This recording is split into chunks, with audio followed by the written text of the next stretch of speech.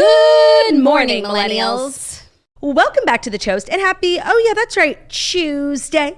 That's right, it's no longer Monday, and I feel like the spirit of the Lord is with me. Everything is different. Everything has changed.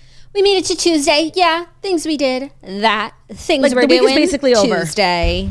Oh, the week is basically over. Wow, calm yourself. We're getting ahead of ourselves. We are. But it is a joyous occasion to be celebrating on this day of choose, and on this day of choose. I choose you, Turdy Lou. Oh, yeah, let's talk about that. So, Jackie and I recorded a podcast episode yesterday. It's up on our Patreon. Deserves which was honestly high praise and award. We did one of our favorite installments called Toast Radio, which gets a lot of heat. And we kind of just like walk through the fire. We took the heat and we're like, we are so brave. The world needs Toast Radio, come hell or high water. And so it's an episode that's like over an hour long, and it features everything you would want if you're going on a walk, if you're going for a workout, if you're just like needing to kill time. You're like, should I listen to my favorite podcast or like some sick beats? Well, you can do both with Toast Radio. So it's like a radio show. We pick music. The theme for yesterday's was running songs, but we got to talking because, as you guys probably can tell, I've started calling Claudia Turtle because the nickname for me has more from Turdy, Turtaloo, Turtle. It's a natural transition. It's the next progression, the next iteration of the name, but she's kind of stopped me in my tracks and requested that I stick to Turdy Lou because, you know, you've kind of like built a business around it, this whole brand, and like if I carry on as Turtle, people could get confused and they might start calling you Turtle when like Turdy Lou has work to do. And it's also really crazy how like, yeah, technically the nickname you gave me is Duty and it doesn't bother me at all. But like Turtle, like ew, you know, Duty's fine. It's like that Drake meme. Duty, Turtle. Yeah. So I don't know. I don't like it. She's requested that I stop calling her Turtle on the show to keep her Turdy Lou brand intact. Yeah. And that's going to be hard for me because I just kind of march to the beat of my own drum, you could say. And I'm going to try it. I'll still call you Turtle in private, and the nickname will continue to morph in private because I am who I am. But right, on and I'm the not going to stifle you. I will call you by your chosen name, Turtaloo. I appreciate that immensely. Turtaloo who? Turtaloo you. Speaking of Turdy Lou who, not to get ahead of myself, but it does feel like, you know, holiday season isn't that far away. Well, I just want to say it's raining here today, which is why I'm wearing my girly set. I'm going for some cozy vibes, even though my studio, I'm not going to complain because your studio is like hell on earth right now.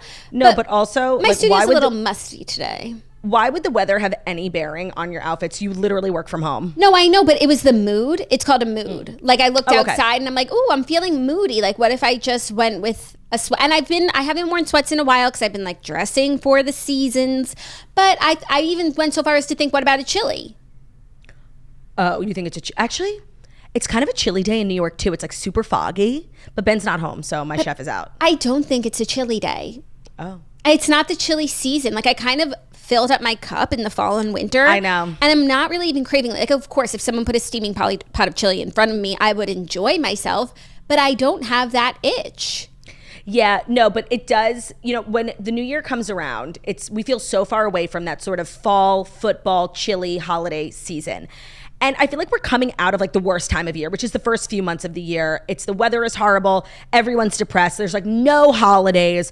I feel like we're coming out of it. It's like about to be May. It's literally summer and it's basically Christmas. It's gonna be May. Oh yeah, tomorrow is May. I know that. The ends of the month are so crazy busy for me. I don't know how I plan my life to be this way, but we always have like Patreon, whatever obligations we haven't done, like we have to do it at the end of the month. And then Redheads, we record the first Thursday of the month. So I'm always speed reading at the end of the month. And that's where I'm at today. We're recording Redheads today because Redheads drops first Thursday in May. I haven't finished the book yet, you guys.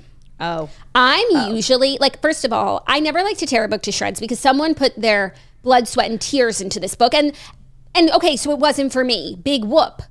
By the way, I completely agree with that, except every now and then a book comes along for Sly Wins that is so offensive. Our country friends, yeah. That you absolutely have to tear it to shreds. Because I also do feel bad, especially like as somebody with a platform. Like, you know, so many authors, like, they get so excited. Oh, they chose our book for the Redheads. Let me hear what they have to say. I know. And it's like, how do you critique? Writing is so personal. As two authors ourselves, like I really don't know how to critique a book that I hate so much. Like I actually feel annoyed that I wasted my time. I'm angry at the author. So this book is not offensively bad. I'm just not enjoying it. And if it wasn't a book for the redheads, I wouldn't finish it. I did text Snitch and she is liking it. And I think a lot of people will like it. I just am in a headspace right now where this is like seriously not for me.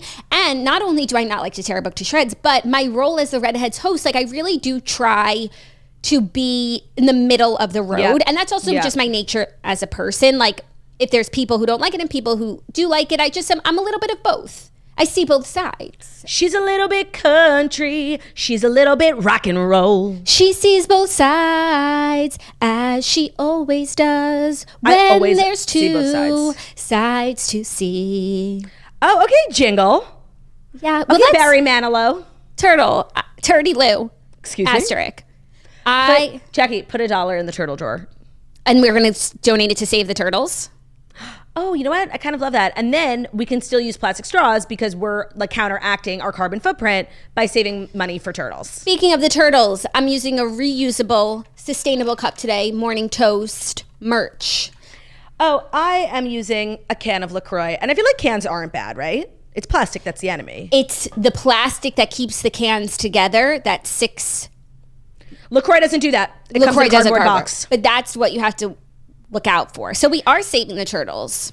I do feel like as a society, we definitely have like moved past the need for those plastic rings. Like it's kind of like tacky. I agree. And I like a cardboard box anyway. Me too. What was I saying though? The redheads, you see both sides. You wrote a jingle about it. I wrote a jingle about it and I'm sustainable? Because I'm saving the turtles. Because Turdy Lou, that's how we got here. Yeah. I too am, making progress in my reading journey. I have about like 40 pages of Demon Copperhead left. And I know you're going to say, Turdy, why don't you just like finish it? Right. How does someone have 40 pages left of a book that's around 400 pages that they've immensely enjoyed? Because honestly, like the last 100 pages of the book are so like it was going to be 5 stars. And I feel like maybe now it's 4. What's going on with Demon? I mean, he's just in the throes of his addiction. Spoiler alert, spoiler alert, spoiler alert. Dory overdosed, so she's gone. And you thought like maybe that would be the thing because she was really tethering him to the addiction. Like he had all these hopes and dreams of like quitting, and he was like obviously taking pills every day, but he wasn't like high all the time in the sense that he had a job. And she was really bringing him down, and her passing away just had the opposite effect. So now it's just like everything's bad. Everything's bad. They're going up to Devil's Bathtub, and I know something bad happens at Devil's Bathtub. I think that's like the climax of the book. And I just wasn't in the mood to get there. You know what I mean? No, I don't know what you mean. Finish the damn book. But I have a lot of time before book club meets, like over a week. I usually finish the book like right before because I like it to be fresh in my mind. So I'm actually in no rush. Got it. I'm in an immense rush. We're recording tonight. Make sure to send your questions to redheadsbookclub@gmail.com. You're in a big time rush? I'm in a big time rush. And next Redheads book is my choice. Pressure. Any suggestions? Oh, let me think. I have been so bad on my reading journey. I haven't read much. I could give you guys a little preview of what I'm thinking, and then maybe I would love that. People could sound off. It's a historical fiction, we didn't just read historical fiction, so it would just be like 2 in a row, no big deal.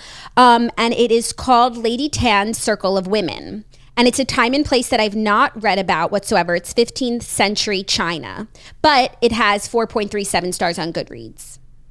I have like no books to share because what am I up to on my Goodreads goal? Like I'm not going to hit it this year. I actually have read maybe 5 books. I've read 7 books. That's really bad. Yeah, I don't even know if I haven't even set my reading challenge. Okay, join the challenge. Oh, well. My goal is 40. That's what I read last year. I've read 6. Yikes. Yeah. Oh, no, Serena's on here. Oh my God, and one of them is a book that Snitch read because she used my Kindle. That's embarrassing. I have to delete it. Oh my God, I've read 5 books and I'm about to have 6. Sorry, we're just over here thriving as businesswomen, as mothers, as friends, and as sisters. Like, we can't do it all, okay? Yeah, but the crazy thing is it's not like I've been watching TV either. What have I been doing with my evenings?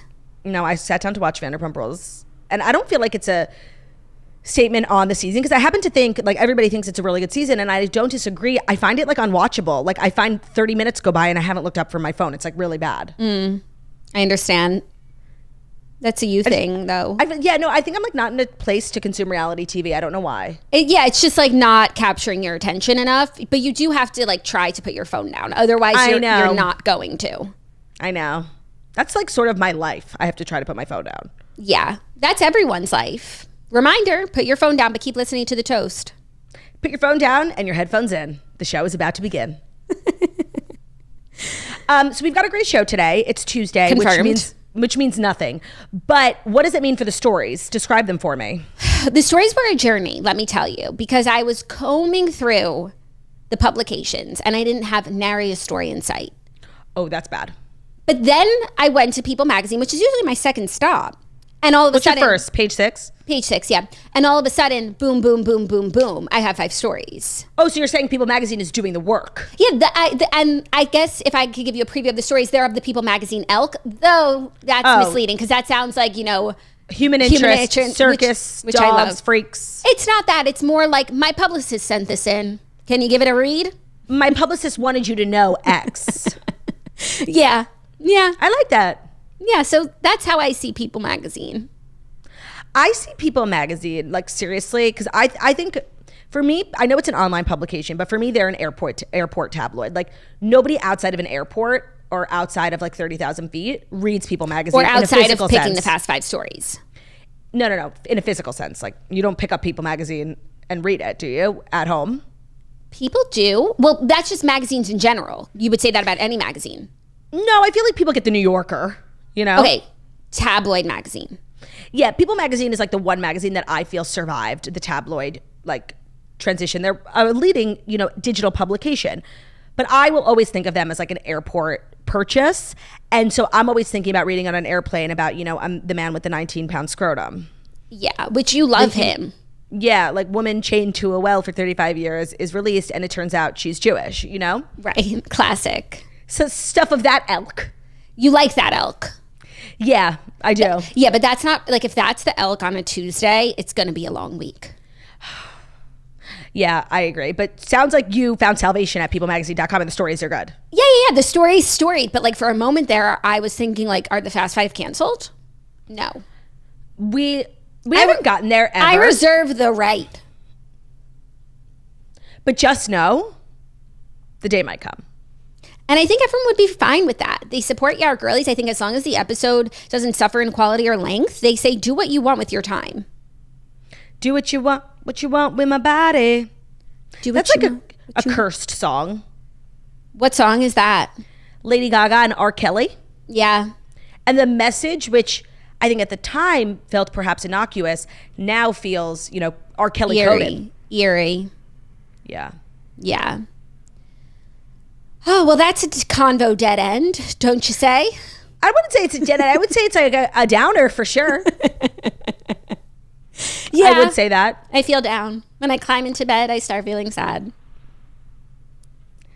Well, sorry about that. Make like Friends and pivot. Oh my God, are you using a Friends reference? Yeah, I like Friends references and I like the story synopses that you give us. I just don't want to watch the show ever in my life.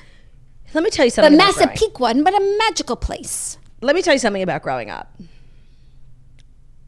There was a time in my life when like I wouldn't even hear Friends slander. And I'll hear it now. I don't agree with it, but like I could see the critiques. It's like a little stupid.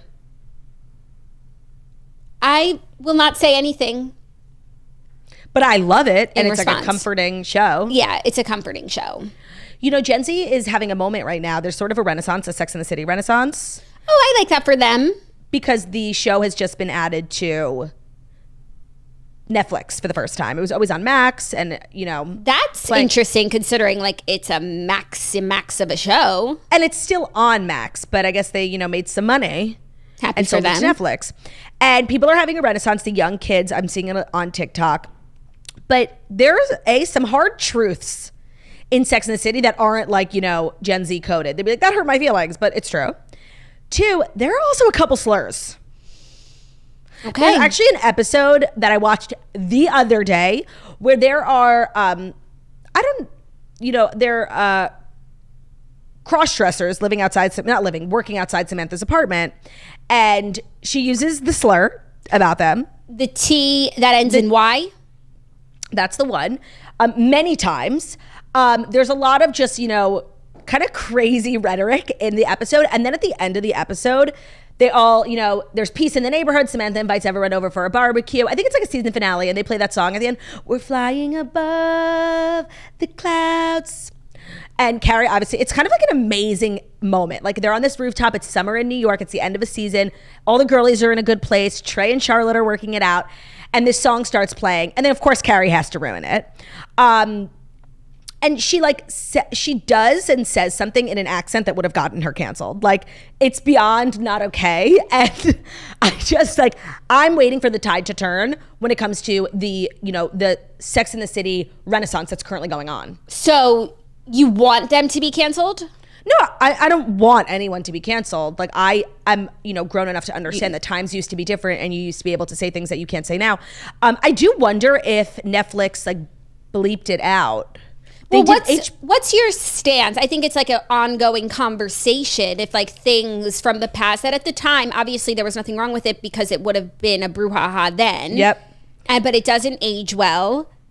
I think that another example is Entourage. Like, in the first season of Entourage, they use the R word, the F slur, a ton. So when I first watched it, I was like, oh my God. Do I think it should be cut out? No. We did that shit. Yeah. It's a reflection of the culture. Is it uncomfortable? Yeah, but it happened. Yeah, I also think by erasing it and then people don't know that it was ever there, that it was ever offensive, then it's just going to become a cycle where it's if you don't know. Oh, we're saying it again. Yeah. Yeah. So it's just an interesting debate.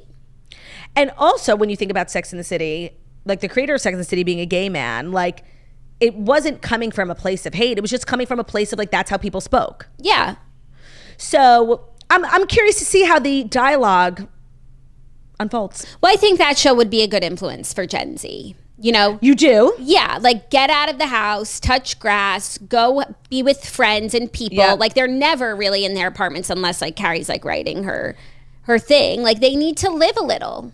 Yeah, I like that. It's definitely a show that embraces life and makes you want to get out, have fun, be with friends, be social. It's not a depressing show about depressed people.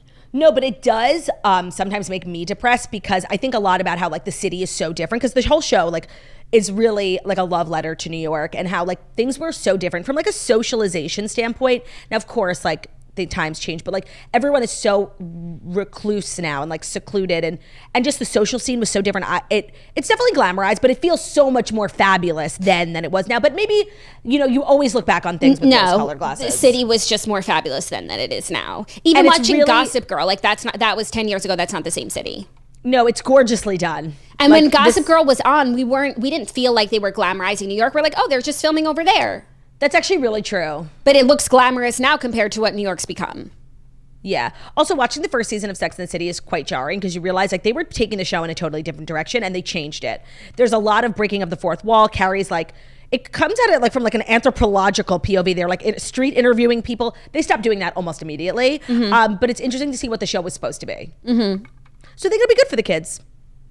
I mean, it can't be worse than whatever they're doing. It's gotten them to a really bad place, I would say. Try something new. I too would say. Yeah. It's time. I wasn't sure where I was going, but I am excited to dive into the Fast Five, and I do think it's time. I agree. Without further ado, here are the Fast Five stories that you need to know. And the Fast Five stories that you need to know are brought to you by L'Oreal Paris Lash Paradise Mascara. If you're looking for volume, if you're looking for length, if you're looking for a gorgeous done-up eye look that's going to make your eyes pop and your eyes feel huge, check out the L'Oreal Paris Lash Paradise Mascara. Clean girl aesthetic is out. We're doing done-up eyes. We're doing the mob wife look. We're looking for sultry lashes, bold eye looks. That is in, and Lash Paradise is the staple product for the trending looks.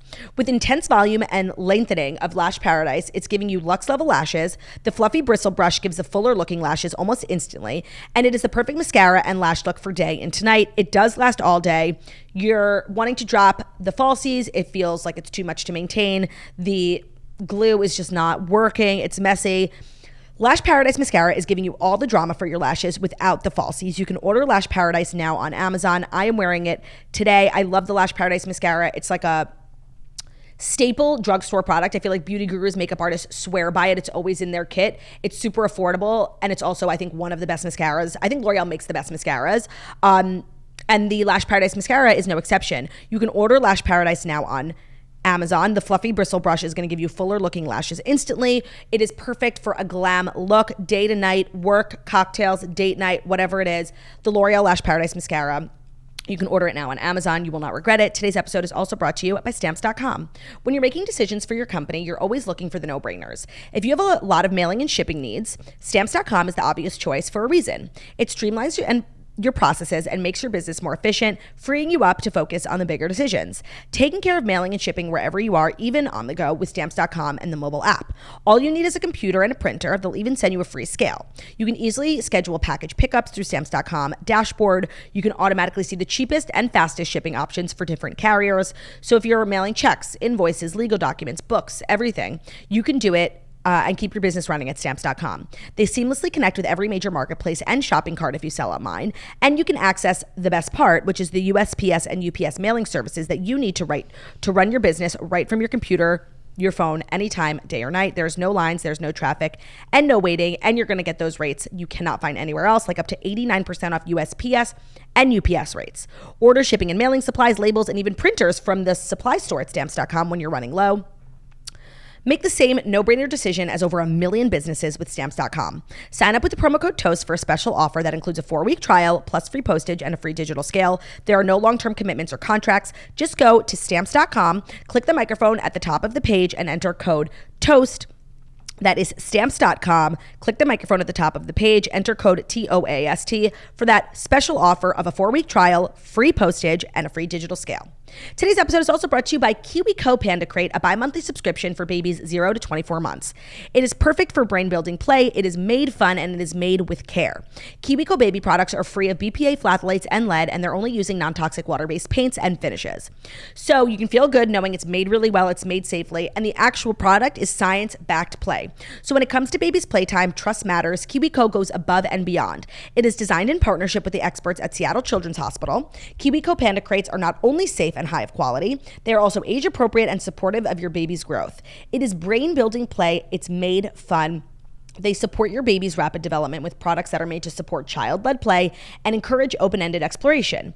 Nurture your little one's growing brain through fun and engaging play. Just right products and helpful tips to navigate every stage of development. I feel like as a full-time auntie and, of course, a mother of 2 here, we know how difficult it is to get those kids playing with something that lasts more than 5 minutes, and you don't want to just throw them in front of a screen. So you want something stimulating, something educational, and something that's going to keep them busy. That's KiwiCo Panda Crate. Its thoughtful quality design choices and materials promote healthy development. Their products are designed with high quality materials, ensuring they withstand the test of time. So unlock brain building play with KiwiCo Panda Crate and get 20% off your first month with code TOAST at kiwico.com/panda. This also makes a great gift for a mom in your life. With Mother's Day coming up, take advantage of our offer, 20% off your first month at kiwico.com/panda. The promo code is TOAST at kiwico.com/panda, promo code TOAST. Thank you, La.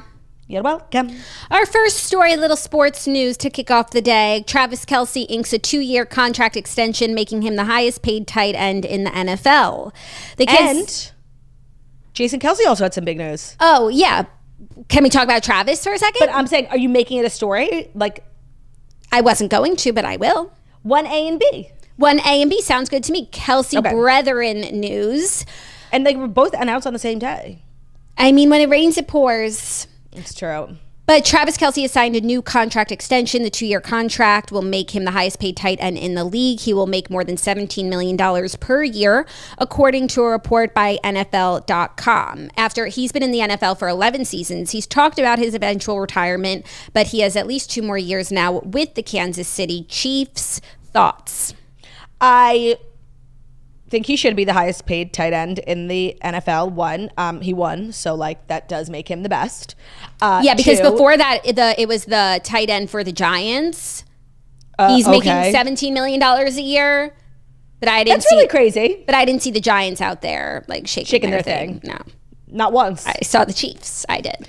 Yeah, and when you think about all the money that Travis has brought in for that franchise, especially in the last year with like his fame and his fortune, people going to Chiefs games, buying Chiefs merch, he had like a 400% increase in jersey sales. He deserves this raise. Honestly, I don't think it's enough. Yeah. Do you think, I mean, there was no way the Chiefs were going to let him go now No. because he's doing so much for the franchise by way of his And they've relationship. spoken about how they're building this dynasty, and that includes keeping like players, Travis, Patrick, and Mahomes. Like they're building like a Gronk, what was his name? Tom Brady, Julian Edelman energy thing. Yeah. But I'm sure any team would have paid a little more to have him, more than his abilities. Oh, you think? I do think. I think his relationship is major for team like sales, everything. No, by the way, that's an amazing point. Do you think he got bigger, better offers? Than Kansas City? Yeah. No, but I think maybe, I mean, his last contract was $14 million. They won the Super Bowl, means he did a good job. $17 million for the next, like, isn't that much of a crazy jump? But I think there's an intangible success that he brings and revenue that he brings that he could be getting paid for.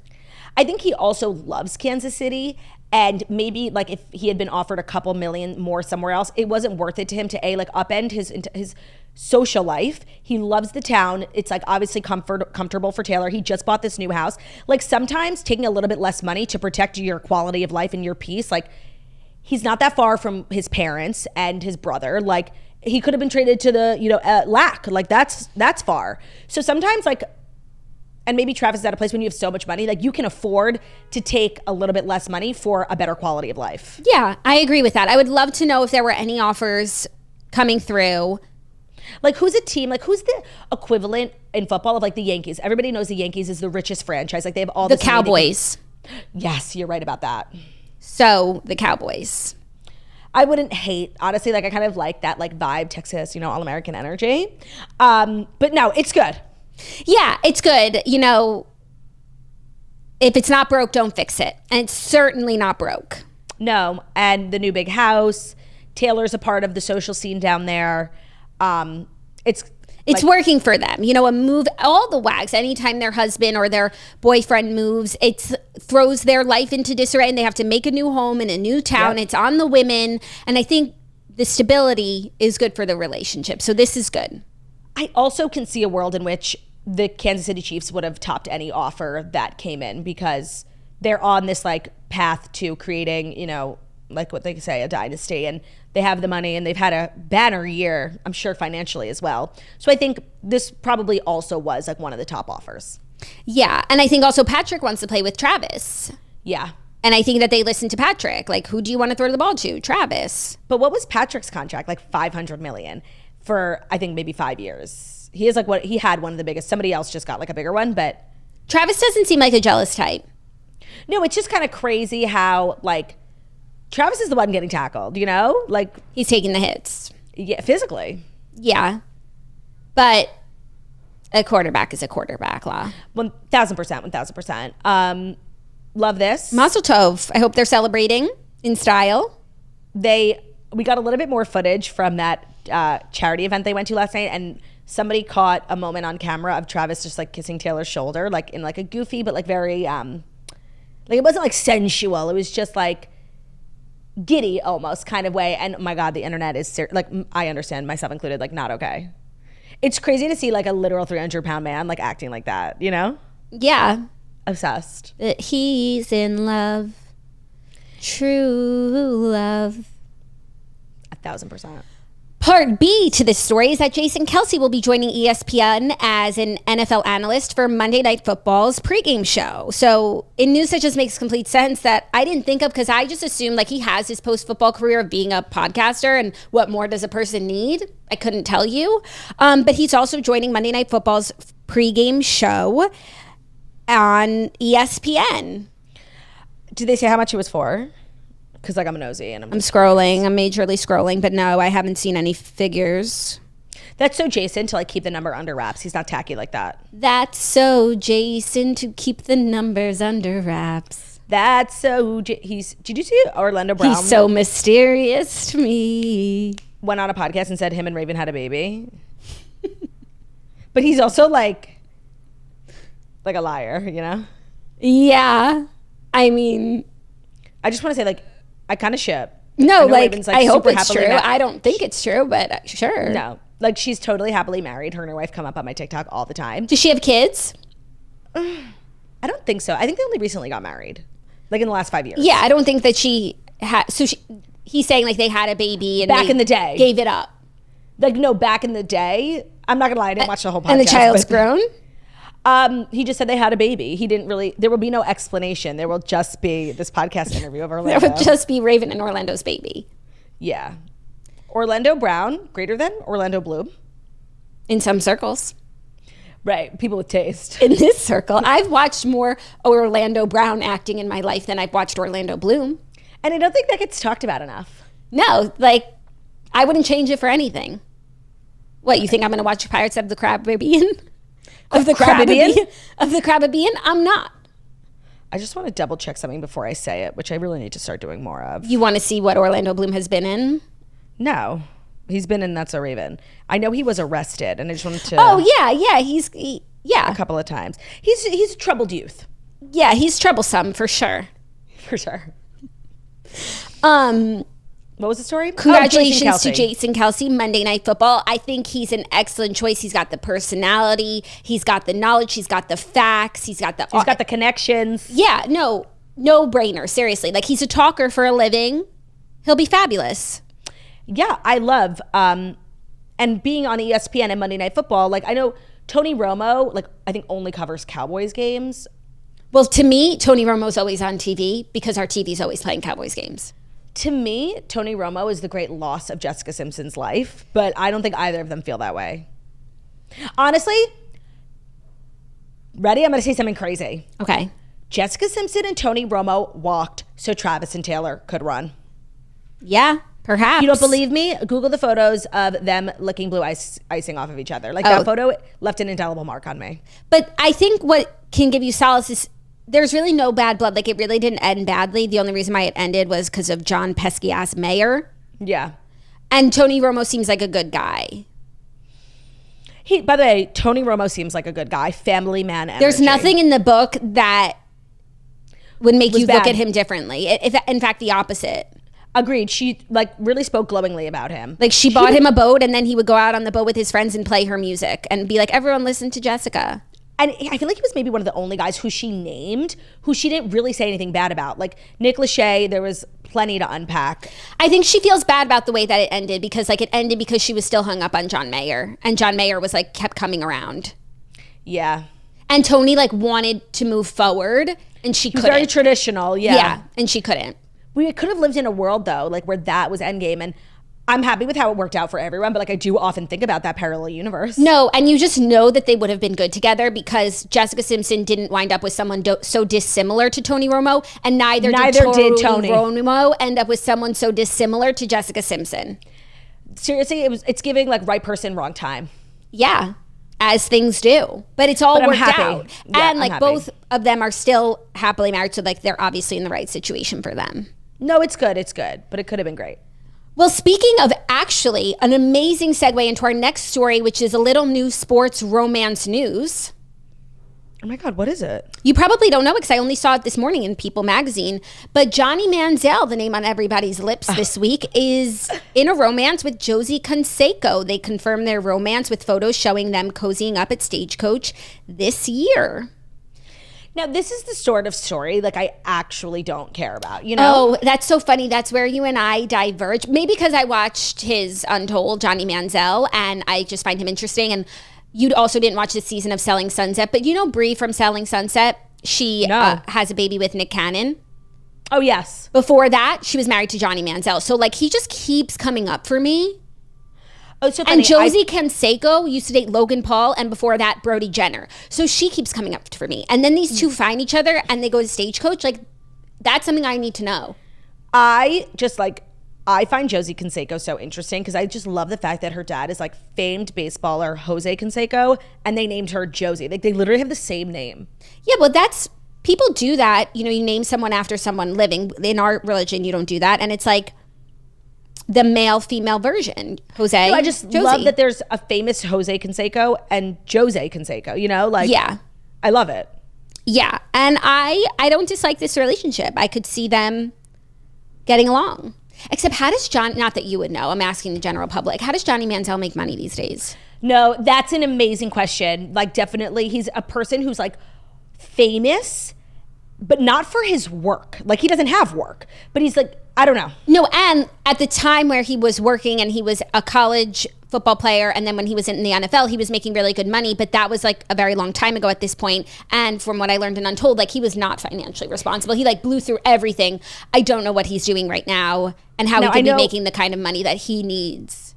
Net worth means nothing. It does say that his current, as of 2024, net worth is $1 million. I believe that. Yeah. So I don't know. Is it enough to keep Josie? Wait, there is like a theory that his family has generational wealth. Okay, tell me the theory, but based on what I saw in the documentary, I don't think that's true. Many wondered how someone could jeopardize a once-in-a-lifetime opportunity to become a big name in the NFL, but they also believed it was because Manziel knew he had his family's wealth to fall back on. It's not every day that you see a person in their 20s living a lavish lifestyle. While he was making money from the NFL, Manziel always claimed his family had decades of generational wealth. Now, with Manziel's new documentary, Untold, out on Netflix, new details have been uncovered about his family and the money they make. And it says Johnny Manziel's generational wealth doesn't really exist. Okay, I see both sides. Like, I see the fact that only someone who has a safety net could squander such an opportunity and not be like just putting everything he has towards it. On the other side of it, he squandered most of his opportunity because like his crime when he was in playing college football was that he was accepting money. He was going and doing signings. He was selling merchandise. He was doing like events because he wanted to be making all this money. And I think if he had all this money, he would have been able to wait a couple more years. Okay, by the way, that's exactly what this says. It says that he was taking money during NCAA, breaking the rules. So his manager knew he couldn't be seen living this wealthy lifestyle. So they needed a backstory. Yep. Came up with the idea of saying they had Texas oil money. As a freshman, you aren't allowed to talk to the media, but they were allowed to talk to me. So the biggest spin that still exists is that I invented the narrative that his family was vastly wealthy. And the narrative stuck, and so many believe it to this day. Oh, that's interesting. Okay, it's all cleared up. There's no generational wealth. Cool. So I hope he's working. But if he's not, at least he's in a happy relationship. Yeah. So but yes, there are a couple of people I think often about their financial circumstances. This is like a long running joke on the toast because it always was the Biermans, but now I feel like, my concerns were valid. Mm-hmm. Who else do I often think, like, how do they pay their bills? Because like just because you're famous doesn't mean you're rich. And oftentimes like a certain like D-list level, you actually like have no money. Yeah. And just because TMZ follows you around in the airport like doesn't mean you can pay your bills. Unless you're calling them and selling that. Like, but typically if you're famous, you can turn that into money. Well, that would be if you're smart. Yeah. Okay, ready for our next story? Yeah. Barbra Streisand has gotten herself into some hot water. She commented on Melissa McCarthy's Instagram. It was a photo of Melissa and her choreographer. And Barbra commented saying, hold on. Wait, Melissa has a choreographer? Yeah, she said, this was the comment from Barbra. Quote, "Give him my regards. Did you take Ozempic?" Okay, so... She has since deleted the comment, but not before being dragged. Now, I feel like Babs, is not even active on social media. Like, the fact that she's making waves, like, in regards to a comment, like, I wouldn't have guessed she even ran her own Instagram. I would guess it was run by, like, an agency promoting, her memoirs and such. Memoirs of a Streisand. So, if at least she's authentic, running her own socials. That's the bonus here. I'm trying to look on the bright side. I think maybe this was intended to be a DM. Okay, that's a good theory. I feel like she typed like text him my regards and then accidentally pressed voice to text and then posted the comment. Like that's the only way I can think of like how you had such a pivot in the conversation. Yeah. No, because then like wouldn't the D be capital if it was like coming from a voice to text? Let me test that theory. Yeah. I'm going to text you, okay? And also, she would still be posting it on purpose because she said, "Did you take Ozempic?" Unless she had someone next to her with drastic weight loss. Oh, maybe she was sitting next to me. Send in my regards. Did you take Ozempic? Lowercase. Okay, that's in line. That's a theory.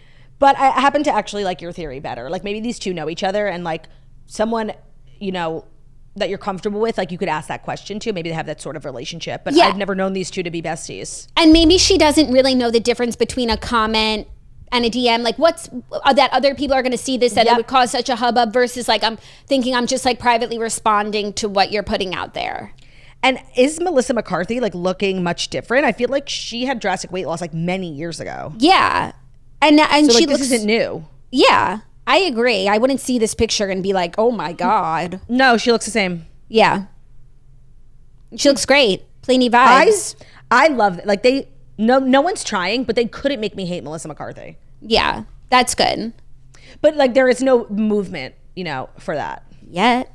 I know. Likability's a prison, Jax. I know. So I'm going to give Barbra Streisand grace on this. Like, let the woman live. Yeah, also like just always keep in mind it's like the elders and social media, you know, it's never going to be good. Yeah. And as far as bad things that could go wrong, this is nothing. Yeah, but let this be the lesson here. Like your favorite singer is also an authentic influencer. Like she's out here with Instagram on her phone. I would have guessed prior to this, she doesn't even have Instagram downloaded on her phone. It was done by a management company. It's, you know, maintained for her to promote, you know, commemorate anniversaries and post about new projects, greatest hits, things of that nature. I never would have guessed it was out. She was out here. You know, every now and then she'll send a selfie to the management team, be like for the Instagram. Yeah, I want to see her Instagram to update my Facebook pages. But she's like not even coming up, unless I'm spelling Barbara wrong. Well, maybe she deleted her Instagram because now she's humiliated by her faux pas. Yeah, or she shadow banned because I found her. You did? Send her to me. Barbra, not Barbara. No, not Barbara. Oh, Brazier. I was writing Barbara. Oh, that's interesting. I'm sorry. Actually, now, if I take a look at it, like she posts a lot of her personal political beliefs, pictures of her dogs.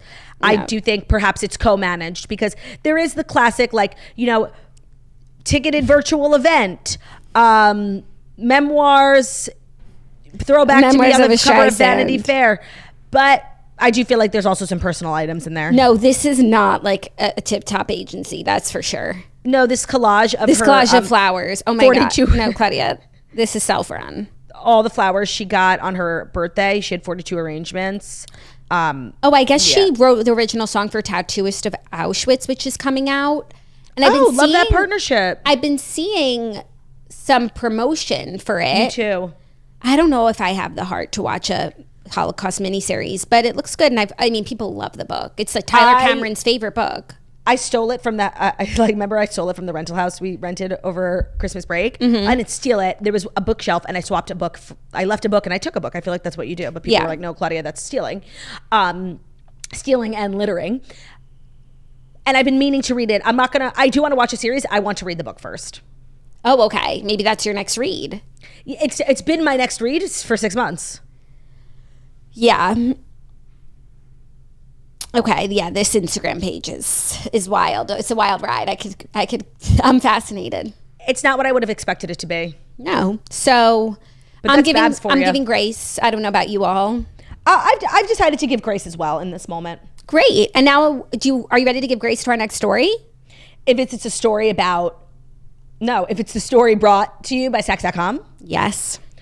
Today's episode of The Toast is brought to you by Sax.com, which makes sense because Sax.com is a fabulous place and we are fabulous people. Jackie and I have decided we're saying yes to warm weather this year, and that means stepping up our wardrobes with the help of Sax.com. Everybody knows that Sax.com is the place to shop, making it easy for us to jump into spring and summer fashion trends as we approach the warmer seasons. Whether you're looking for new boots for Stagecoach, beachwear for St. Bart's, new activewear for a 5K perhaps you're training for, they've got it all at Sax.com. You know, as native New Yorkers, we have been shopping at Sax.com for years. So like we've kind of been like put onto it. What I love Sax.com is, first of all, they know how to organize their website. Like shopping online is overwhelming, especially like a big store like Sax, but they have so many different edits and different categories that like if you're looking for, I feel like so many people have like weddings this summer where they're going to be guests at, like wedding guests, they have an edit for it. Festival, like they have really specific, you know, day to night edits. If you're looking for something specific, it's not overwhelming at Sax.com. And they also just have like premium brands that aren't, I feel like, overexposed yet. You know, like they're putting us on to brands like Staud and uesday, Favorite Daughter. They do a great job of finding up and coming designers so you can hop onto new trends before everyone else. Like, I know I won't tell the story again about me wearing that 6 skirt to the Era store that I bought at sex.com, and then everybody else was wearing that N.Y.C skirt. But like a brand that I love now is Eero Paris, and the first item I ever bought from there was from sex.com, actually for Jackson Brittany's wedding. And now it's like one of my go-to brands. So with different curated shops like Spring Wedding Guest, It Girl Closet, you can find anything from a cozy vibe to a more elevated look at Saks.com. So discover new ways to shop for everything every day at Saks.com.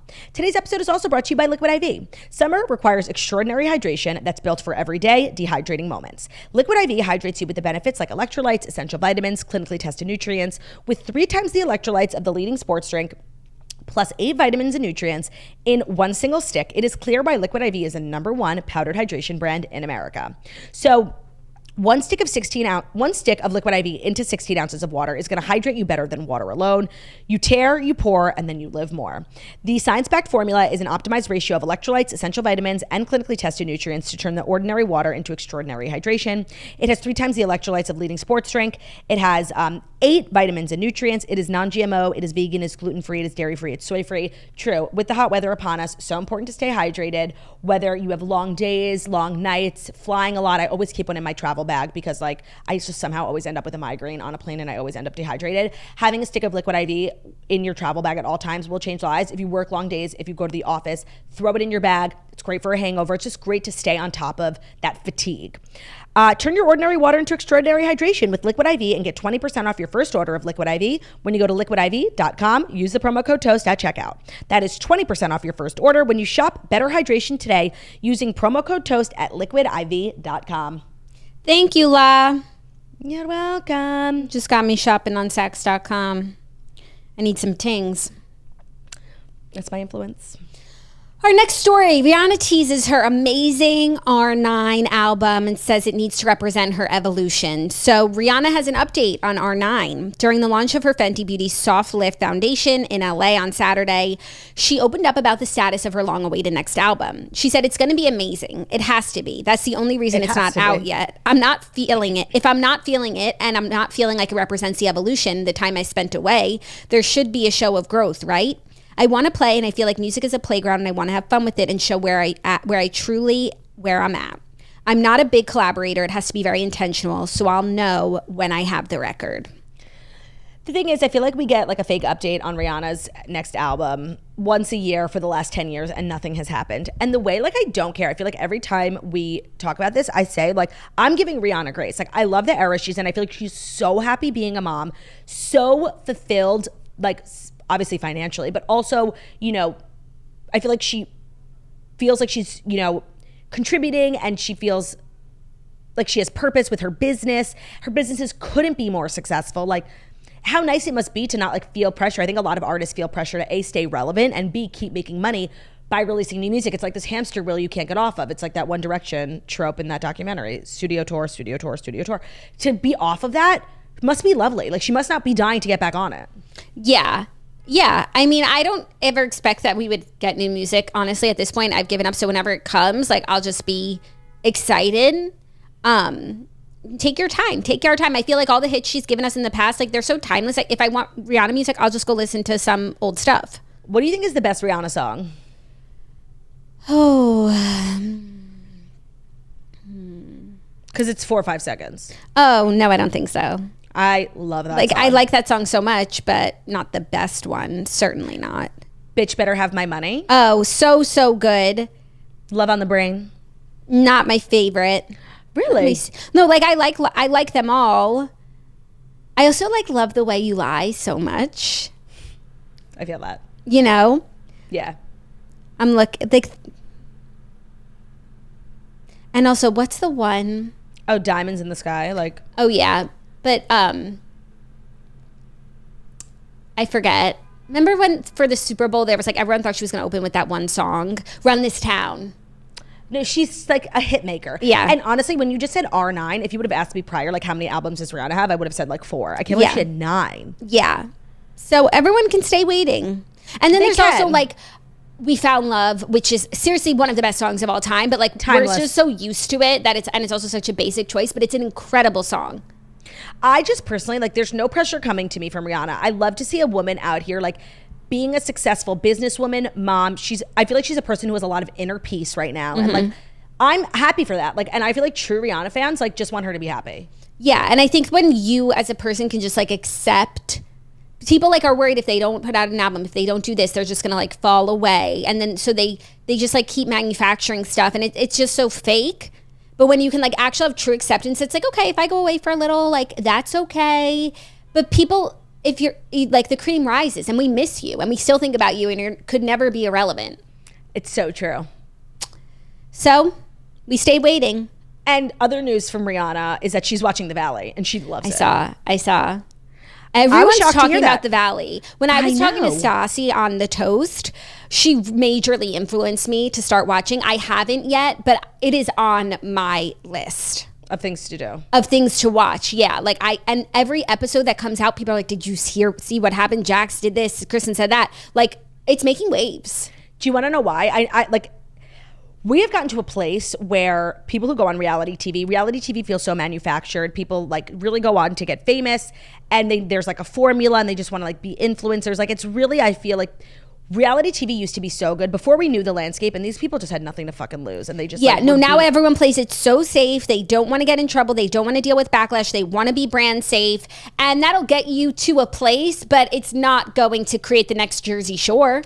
No. And I feel like this cast of people, like, especially the newer people, like, I feel, and I don't even watch a show, but the vibe I get is, like, desperation. And that makes good TV. Like, if you want to just throw drinks and lose your mind, like, that is season 1 Vanderpump Rules energy. These kids had nothing to fucking lose. No, I feel like when I watched the first episode, like, something about it was giving, like, Real Housewives of Orange County season 1, like, original reality TV, in a good way and a bad way, in that sense of, like, we're putting it all out there. We want this show to work. And then also in a little bit of this is a crazy way, but I think that as Stassi said, like, the chaos will carry you through. Yeah, no, and I feel like these people don't give a flying fuck. Yeah, no, and that's something that's needed. Yeah. No, I think this has the makings of perhaps, like, being a major franchise in the Bravo universe. That is so funny. I never thought I would say that because when they announced the show, I was like, okay, who are these people? And do you know, I forget her name. There's one mom, a couple on the show who have twin girls who play baby Cece on Young Sheldon. I did know that. Thank you so much for bringing that up. I saw somebody sent me, like, a reel, like, day of life of my baby Cece's going to Young Sheldon last day on set. And I just want to say, I feel like we've always, like, whenever I see, like, an actual newborn or, like, a really young kid on TV, I'm like, who the fuck would seriously, like, pimp their kid out like that? And the fact that it's someone on The Valley is exactly why The Valley will be successful. Yeah. And like I said, that desperation. Yeah, no, that's the kind of crossover that we need. Like, baby Cece's on The Valley. And I'm so glad you brought up Young Sheldon because I have been keeping up. It's the final season. It is so good. I feel like they heard me. Like, the way Sheldon is not in 1 minute of the show, he's horrible. Like, he's just, like, an awful character. He's going through, like, a weird, puberty period. Like, it's not the Sheldon show anymore. And at the beginning, like, give me nobody but Sheldon. And now that he's sort of grown up, he doesn't have that same sort of, like, charm. And they made us love the other characters so much. George Sr., Georgie, the grandma. It's really about them now. And I just love it. And I just want to say thank you. Great. Are you ready for our fifth and final story? I am. It's a little real estate news. Oh, okay. Sonja Morgan prepares to auction her New York City townhouse. Seen in Real Housewives of New York, Sonja Morgan is bidding farewell to her famous New York City townhouse at last. The 4,650 square foot house features 4 bedrooms, 5 full bathrooms, 2 half bathrooms, lovely outdoor seating, and a 35-foot garden, as well as a secret elevator. The auction will run from May 15th to May 29th. The 5-story home is currently listed at $7.5 million. Starting bids are expected to come in between $1.75 million and $3.75 million. Okay, I want to say, this is like the girl who cried sale. I don't feel like this will really ever sell. I don't know why. It seems impossible to me. And if the day ever does come where, like, it is sold, like, it will be crazy. Like, I will be genuinely shocked. But I do often wonder if the cultural impact and the history in terms of Bravo of this townhouse hurts or hurts or helps the sale. So I think it hurts the sale in the sense that a buyer of this caliber is not really interested in the PR aspect, and seeing the house on the show, it looks like a dump. Like, even if anyone who had the money to buy this townhouse, like, it's kind of a gut reno. Like, you see all the leaks, you see everything wrong with it, you see like when the baseboards are coming off. And I think a lot of times sellers will try and hide stuff like that, but there's no hiding this.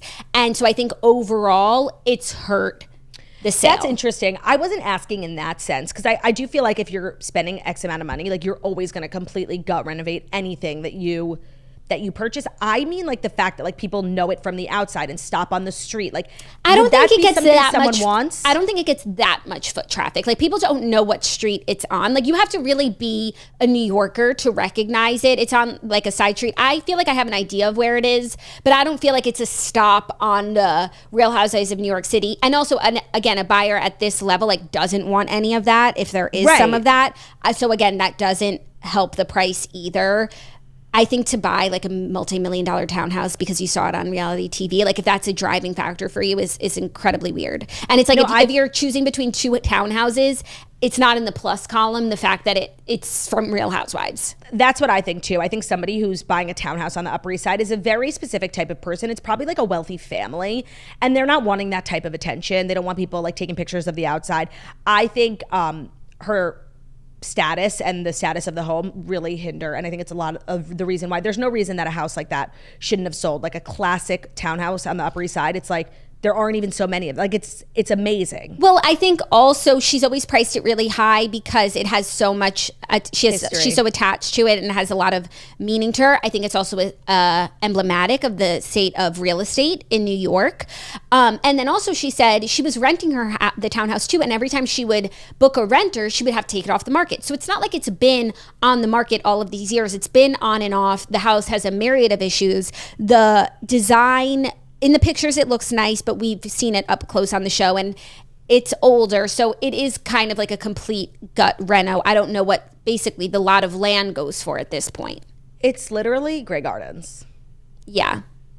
And I so badly want Sonja to win. I know this money would like change her life, and I know she's very attached to it because it like represents her former life. I want this house to sell. Right. And at this point, I think in the beginning, it's like, how do you give up a $10 million townhouse? That's like what she got in her divorce, maybe other things too, but like, that's a major asset. At this point, it's just weighing her down, and she needs to release it. Her daughter is grown. It will be money in her pocket, but it will sell now, because if the starting bid is $1.75 million, reality show or not, even just to buy it and tear it down, that's an amazing deal. I want to know what townhouses in the city go for. How many bedrooms is it? I think I said 5 bedrooms, 4 bedrooms, 5 bathrooms. Okay. I mean, this one's $65 million, but like in that area, honestly, like, she's not so off base with the $7 million. But look at the insides. Are they new? Yes. Okay, but so this one's like new. It's a 5 bedroom, 8 bathroom townhouse and a couple blocks away, totally renovated. $13 million. Okay. Like, I want to see one that's like, okay, this one is 5 bedrooms, 5 bathrooms, 75th Street, $10 million. New on the inside? Yeah, but not like the most new thing you've ever seen in your life. Okay. Yeah, it's interesting. Townhomes are expensive. She has something there, but it's tough to know what it is. Yeah, and I think it's a little bit less than what she thinks and what the house is worth to her, of course. To her, like the fact that, you know, the son of JP Morgan used to live there, that should add value to it. I think she does think her celebrity adds value to it. I think if you really take a critical look at it, like, it actually hurts. Yeah, but it will sell if it's really going to auction. Like, they're giving it away, essentially. Yeah, it's not like, you know, Elizabeth Taylor lived there. It's a different type of celebrity, which very wealthy people are, you know, kind of put their noses up at. Yeah, I think in general, like, it's a cool fact when someone has lived in a house, but I don't think it increases the value by that much unless it's someone like Elizabeth Taylor. But there's so many celebrities, like, okay, Justin Bieber lived here. Cool. He lived there too, and there, yeah, you know. Right. But I feel like people always like say that, like, so-and-so lived here. Groovy. Cool. Is that extra square footage? I don't think so. I don't think so. I thought the Fast Five, like, were amazing, actually. You would never know how I struggled. You would never know, but now we do because we're so authentic and transparent. To a fault, and that's something we should work on. Closing ourselves up a little bit. And yeah, just being like a little more of a showman. It's what P.T. Barnum would want. Amen, sister. That's our show, you guys. Thank you so much for listening to the Toast the Millennial Morning Show, where we deliver the fast 5 stories that you need to know every Monday through Friday on YouTube. So if you're watching this on YouTube, please feel free to subscribe and give this video a thumbs up. We are also available as a podcast anywhere podcasts can be found. So at Spotify, iTunes, Stitcher, Public Radio, iHeartRadio, CastBox, all the places. Whenever you listen to podcasts, find us a Toast. Leave a 5-star review about how beautiful, stunning, and wickedly talented we are. Have an amazing Tuesday, and we'll see you tomorrow for Hump Day. Love ya. Bye.